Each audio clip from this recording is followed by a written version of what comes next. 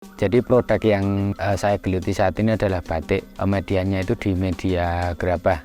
Saya memulai pembuatan batik ini dari tahun 2016 terus sampai sekarang.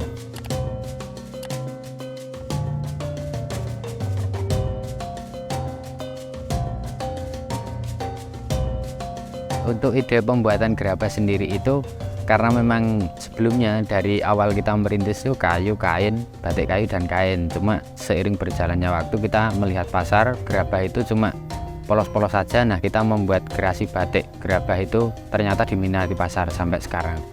Untuk gerabah sendiri itu kita ngambilnya itu gerabah yang food grade atau bisa digunakan untuk makan, dan cat yang kita gunakan itu juga food grade. Jadi kita batik menggunakan cat, tapi catnya juga maksudnya bisa digunakan untuk makan, dan itu kayak produk bioindustri kayak gitulah, jadi aman digunakan untuk makan dan untuk minum. Untuk yang kita produksi sendiri itu memang berbagai macam bentuk gerabah, tapi yang paling diminati pasar itu adalah bentuk-bentuk poci kayak gini dan motif-motif yang alam. Jadi kita ngambil dari motif-motif alam, apa sih yang ada di sekitar kita, nah itu kita ambil, kita jadikan motif. Sering juga kita bikin motif khas Gunung Kidul, motif walang kayak gitu untuk souvenir-souvenir. Kita juga bikin souvenir untuk pernikahan, untuk acara seperti itu. Nah, kita juga bikin motif custom, jadi custom by order kita juga melayani.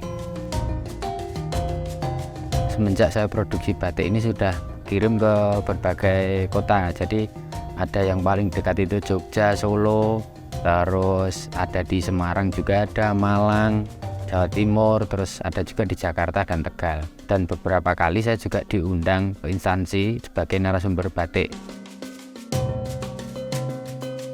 Pemberdayaan sendiri atau yang membantu batik itu ada warga sekitar sini, terus ada juga keluarga. Ketika corona itu banyak sekali ibu-ibu yang di sini itu kehilangan pekerjaannya. Jadi kita tarik semua, terus kita ajari batik. Akhirnya sekarang mereka punya mata pencaharian.